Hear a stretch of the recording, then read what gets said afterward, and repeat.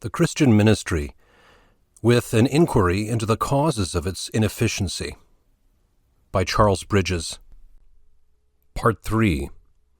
The causes of ministerial inefficiency connected with our personal character. Continued. Chapter 3. The fear of man. What conscientious minister is not painfully reminded of the truth of the inspired aphorism, "The fear of man bringeth a snare"? Perhaps no temptation is more specious in its character, or more subtle and diversified in its operation. Its connection with worldly conformity is sufficiently evident from the recollection of his paralyzing influence upon ministerial boldness. Mr. Scott in his early ministry appears to have suffered severely from this temptation. Quote, "This," he observes, "is the last victory the Christian gains. Here I find my own deficiency, as much or more than in any other respect. And often I feel an inward timidity when about to preach upon an unpopular doctrine or expose a foible which some one of my congregation, whom I otherwise love and esteem, is remarkable for. And in every instance I feel the greatest reluctancy to resign the good opinion or act contrary to the judgment of those for whom I have esteem. It is true, I am peculiarly bound to strive against this by reason of my ministerial office. I am to speak boldly, not as a man-pleaser, but as the servant of God.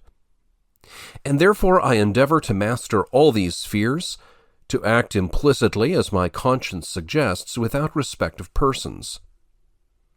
Conformity to others in things unchristian, the fear of man, a servile spirit of time-serving, etc., are the faults of ministers and effectually hinder even those that desire it from performing the most important parts of their ministry, both in public preaching and by private application. But this kind of spirit goeth not out, but by a very spiritual and devout course of life. Indeed, its expulsion is the gift of God, and is especially to be sought for from Him." End quote. There are few of us of Lavater's self-observant stamp, but will have some sympathy with this graphical delineation. In our public ministrations, as with Mr. Scott, conviction of duty is often almost sacrificed to it. Subjects uncongenial to the taste and habits of influential men in our congregation are passed by, or held back from their just and offensive prominence, or touched with the tenderest scrupulosity, or expanded with wide and undefined generalities, so that the sermons, like letters put into the post office without a direction, are addressed to no one. No one owns them. No one feels any personal interest in their contents. Thus a minister under this deteriorating influence chiefly deals in general truths devoid of particular application, more in what is pleasing than what is direct and useful. Many other subjects may be equally necessary or indeed more important, but these are more conciliating. There is thus a continual conflict between conscience and the world. I ought to speak for conscience' sake, but I dare not speak for fear of the world. The offensive truth must be smoothed, disguised, and intermixed, until it is attenuated into an insipid, pointless, and inoperative statement. The spirit of cold refinement which gives occasion to this compromising ministration is one of the most baneful hindrances to our efficiency. Whether in or out of the church, it is the real spirit of the world. It will tolerate and even approve a modified system of evangelical truth, while the entire and unflinching presentment of the gospel in its native simplicity and spirituality is unacceptable. Mr. Cecil remarks, quote, "There is too much of a low, managing, contriving, maneuvering temper of mind among us. We are laying ourselves out, more than is expedient, to meet one man's taste and another man's prejudices. The ministry is a grand and holy affair, and it should find in us a simple habit of spirit, and a holy but humble indifference to all consequences." End quote. Our general ministration is also sore let and hindered by this principle.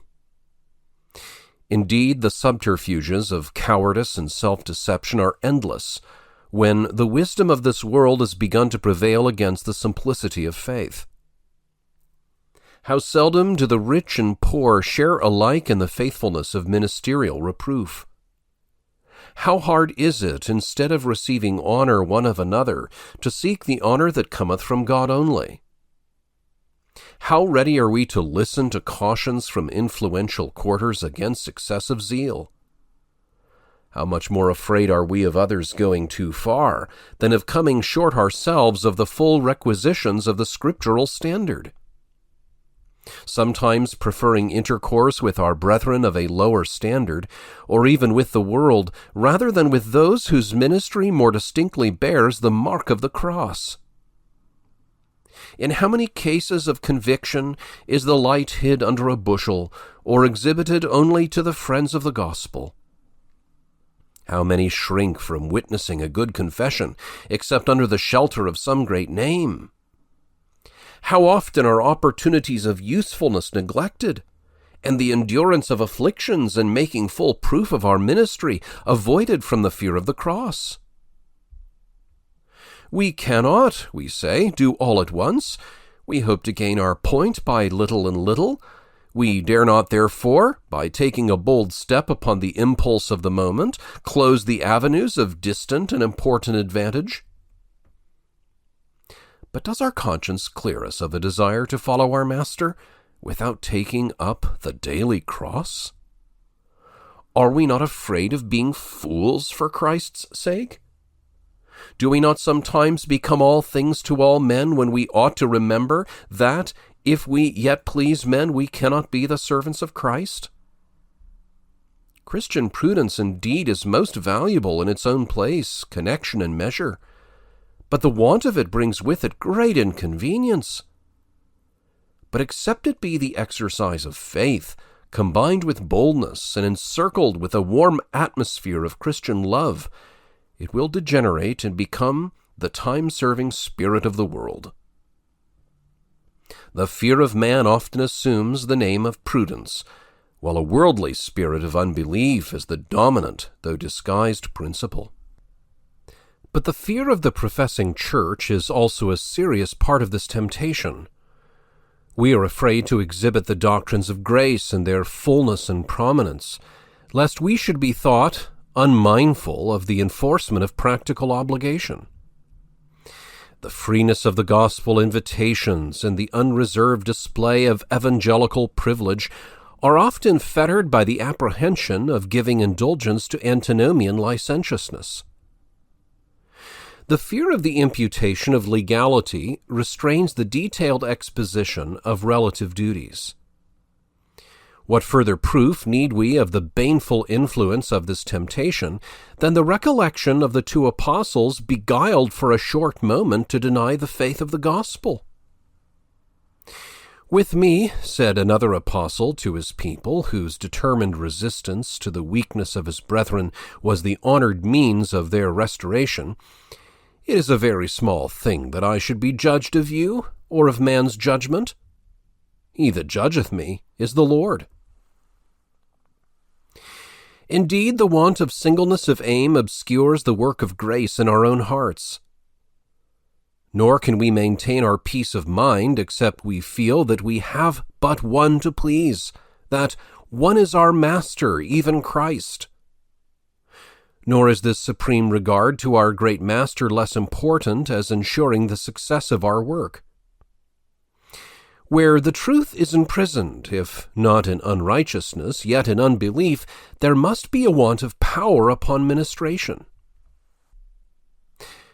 The direct violation of Christian integrity has a necessary tendency to enfeeble exertion by diverting our mind from that main object, which should be always directing our whole time and energies, and compared with which every other object is utterly unimportant: the edification and salvation of our people. The voice of conscience and duty speaks with a weaker tone in a worldly atmosphere.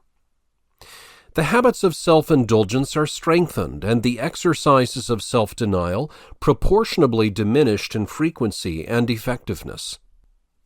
Thus, as the heart is more in the world, it is less in our work. Our duties are consequently performed with reluctance and unproductive in their results. Though we would by no means advocate indiscretion, yet well-intentioned imprudence is far better than the frigid wisdom of this world. And it will invariably be found that those that act openly with an honest freedom, though they may probably commit mistakes, will be generally borne out and find their path ultimately smoothed, while the temporizing spirit that aims to please both God and man will meet with disappointment from both. Where God is not honored, he will not honor. And, in defect of becoming Christian boldness, our people, under the influence of our example, will sink into the same benumbed spirit, while their confidence in us will be materially weakened by the manifest evidence of our inefficiency and unfruitfulness. No less than 4 times in a single verse does God warn his prophet against this besetting temptation. At another time, he threatens his timid messenger with utter confusion. Yet let the servant of God gird himself with his Christian panoply, and he will find ample provision made for his complete success. Let him study more deeply the high dignity of his glorious ministry. Let him seek to realize the presence of his heavenly Master walking in the midst of the golden candlesticks, to direct, invigorate, and uphold the angels of his churches. Let him associate himself with those ministers who are delivered from this degrading bondage and professing a good profession before many witnesses. Let him call out his Christian principles into more uniform and active operation. The fear of God will subjugate the fear of man. And however strong the confederacy, if he sanctify the Lord of hosts, he will be a sanctuary to him. Faith exercised in simplicity will bring to view an invisible and present God, a covering in the endurance of the cross, even from the wrath of the king. Thus, while the fear of man bringeth a snare, it is written, "Whoso trusteth in the Lord shall be safe." Chapter 4. The want of Christian self-denial.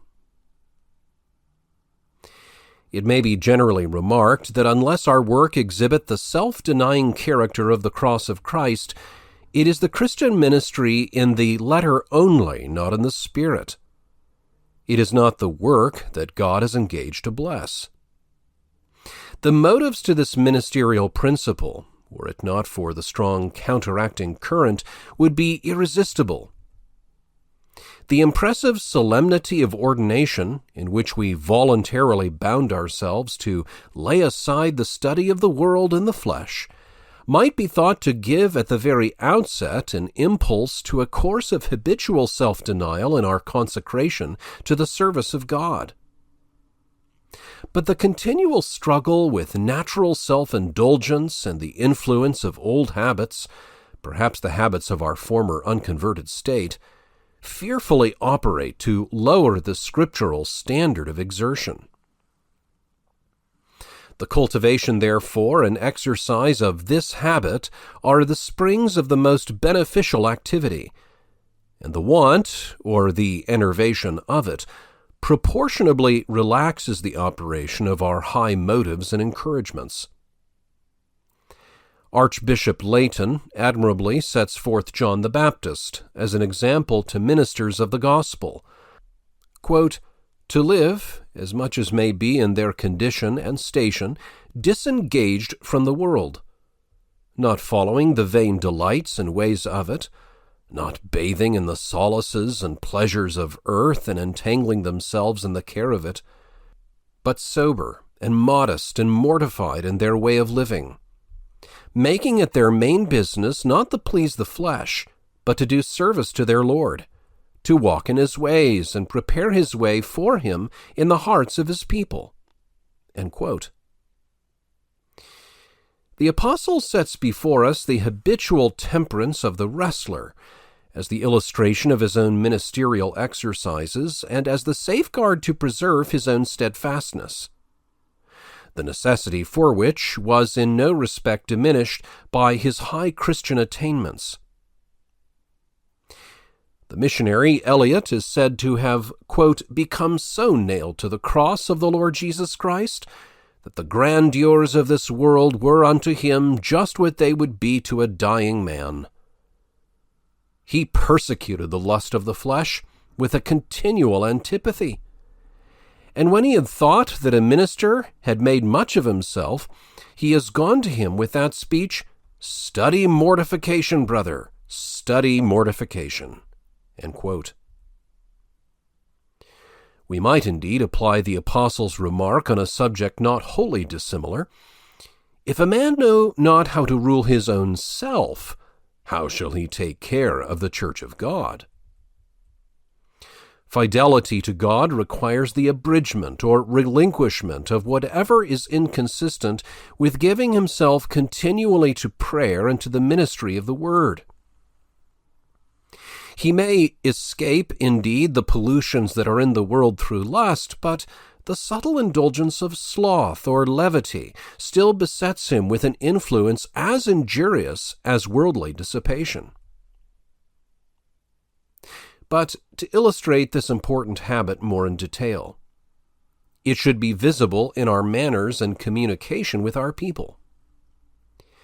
The ordinary remove of a young minister from the university to a country parish brings him into a new world. His intercourse, hitherto conducted with men on his own level, men of good breeding, education, and intelligence, must now be exchanged for contact with men of unfurnished minds and engaged in pursuits utterly uncongenial with taste and refinement. Nor is he at liberty, as in the common walks of life, to decline their intercourse. He has bound himself by the deepest responsibility to live for them and with them on terms not only of consideration and respect, but of mutual confidence and love. He must therefore deny himself to condescend to men of low estate. He must acquaint himself with their manners, their modes of thinking and expression, and their connections with one another, in order to bring them under the direct influence of pastoral instruction. The dignified condescension of our Divine Master's ministry furnishes the best pattern for his servants. He spake the words unto the people, not as in his infinite wisdom he was able to speak, but as they, in their infantine state of intelligence, were able to hear. And he invited them to learn of him in the assurance that he was meek and lowly in heart. The want of conformity to this pattern shuts up the avenues of confidence and, consequently, the prospects of success. It gives a force of repulsion rather than of attraction to ministerial intercourse. The rough places, instead of being made smooth, are made more rough and impervious. The duties of the ministry will constantly exercise Christian self-denial. Thus it was with our Master. His food and rest were even foregone or forgotten in his absorbing delight in saving souls. Seasons of necessary retirement were interrupted without an upbraiding word. Hunger, thirst, cold, or fatigue set no bounds to the determined forgetfulness of himself. How uniformly also did the great apostle prefer the spiritual advantage of his people to his own personal comfort, a pattern for us in the daily sacrifice of our ease, convenience, and legitimate indulgence.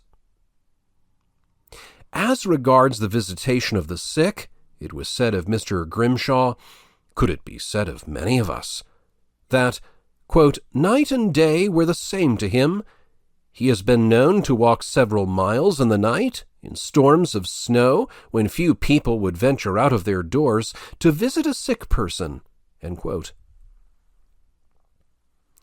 We must be the pastors of the whole flock, not of a select few, not indulging ourselves with the most hopeful and interesting, but laboring for those whose urgent need cries loudly for our instruction, like the Good Shepherd, bestowing our primary attention upon the lost sheep. In detail, we shall often have to bear much from their ignorance and weakness, sometimes also from their impertinence and unreasonable demands, but the grand object of winning their souls will restrain even the appearance of harshness or petulance, which might turn the lame and diseased out of the way when rather it ought to be healed. The meanest of our people must have his full share of our consideration.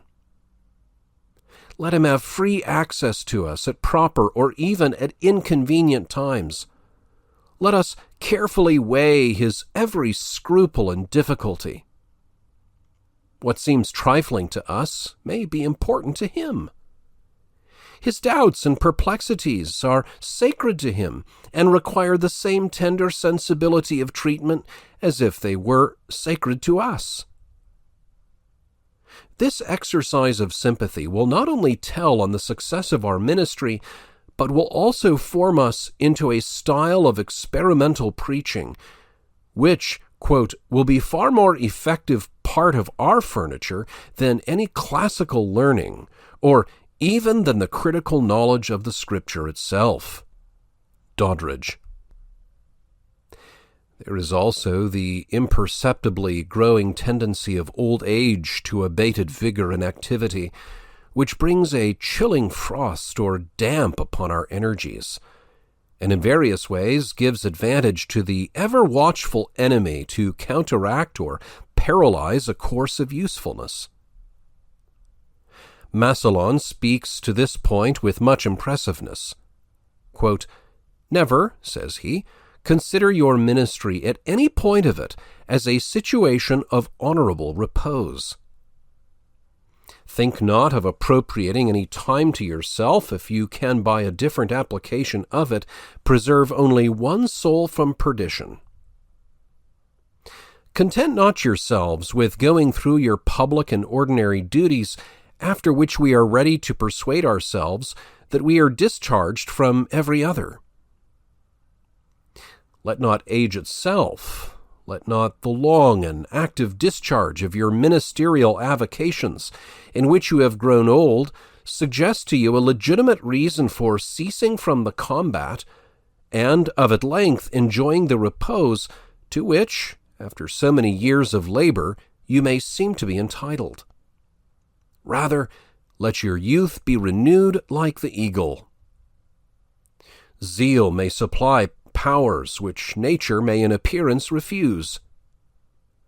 These precious remains of decay are honorable to the ministry. Let not old age become a motive to any indulgence which may not be strictly consistent at the close of a life dedicated to the discharge of the pastoral obligations. Continue to abound in the work of the Lord." End quote. Self-denial must also control our ministerial study. The importance of the habit of study has been already noticed, but no less important is its control. From the literary education of clergymen, quote, "It will easily be perceived that an ardor for extra-professional studies is a temptation exactly fitted to their situation or previously formed habits, and one by which they are more likely to be seduced than by others of a less specious appearance. And thus, the literary pursuits of a minister will in many cases afford a strong evidence of his religious character. Secular studies, however congenial to a person's taste or necessary for his recreation, cannot possibly be the chief object of any minister who is conscientiously devoted to his pastoral engagements." End quote. Wilkes. These remarks place the subject in a just light. The usefulness of these studies entirely depends upon their subordination to the main purpose.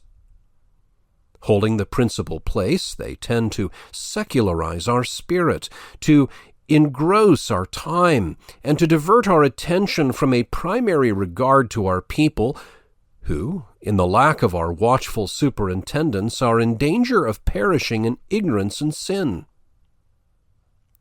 The vows of God, as Mr. Scott reminds us, are upon us. All our reading ought to be subservient to the immediate object of instruction. We may read any book, ancient or modern, sacred or profane, infidel, heretical, or what not, but always as ministers. To note such things as may the better enable us to defend and plead for the truth as it is in Jesus, never merely for amusement or curiosity or love of learning, simply for its own sake or for the credit or advantages derived from it. End quote. Scott. No one attains remarkable eminence or success without a resolute and habitual self-denial in subordinating every secondary point to the primary object. Perhaps the highest praise for a minister of the gospel was given by Dr. Johnson when he remarked of Dr. Watts that, quote, "whatever he took in hand was by his incessant solicitude for souls converted to theology." End quote. And indeed, this determined singleness of purpose is indispensable to a conscientious discharge of ministerial obligations. How fearful would be the responsibility of a soul passing into eternity, unregarded and uninstructed, while our minds were engaged in some pursuit of literature, taste, accomplishment, or even abstract theology. How self-convicting would be the confession, "While thy servant was busy here and there, the man was gone." It is always dangerous to prefer the indulgence of study to the active exercises of the ministry, or at least to give ourselves to reading so as to neglect the work of pastoral instruction. These avocations are legitimate in their character, but criminal in their overindulgence. An engrossing attachment, preventing an entire self-devotedness of heart, though less scandalous, may prove eventually little less prejudicial to our usefulness than the palpable love of money or of pleasure. And therefore, quote, "as to the waters which are drawn from these springs, how sweetly soever they may taste to the curious mind, that thirsts for the applause which they sometimes procure, I fear there is often reason to pour them before the Lord with rivers of penitential tears, as the blood of souls which have been forgotten, while these trifles have been remembered and preserved." End quote. Doddridge. Such, as we have already remarked, was the godly jealousy of Henry Martyn, lest his literary and theological pursuits, for even theology, except it be made a spiritual study, may be a secularizing indulgence, should deaden his soul to his more holy exercises. The solemn ordination engagement impels us, if not to put away, yet at least to restrain within very contracted limits many matters of legitimate Christian interest, under the conviction, to use again the forcible words of Doddridge, who on this subject cannot be suspected of prejudice, that they employ a very large portion of our retired time, and are studied rather as polite amusements to our own mind than as things which seem to have an apparent subserviency to the glory of God and the edification of our flock. And consequently, I fear they will stand as articles of abatement, if I may so express it, in our final account.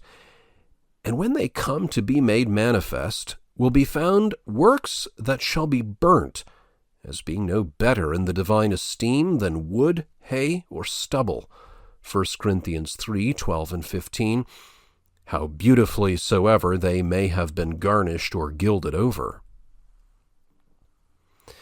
The best prospect of ministerial fruitfulness is, with the heavenly view of Leighton, to, quote, count the whole world in comparison with the cross of Christ one grand impertinence, end quote. And to be brought to the mind of Professor Franck at the period of his conversion, quote, whereas I had but too much idolized learning, I now perceive that all attainments at the feet of Gamaliel are to be valued like dung in comparison of the excellency of the knowledge of Jesus Christ our Lord. End quote. Christian self-denial must also be extended to clerical amusements and recreations.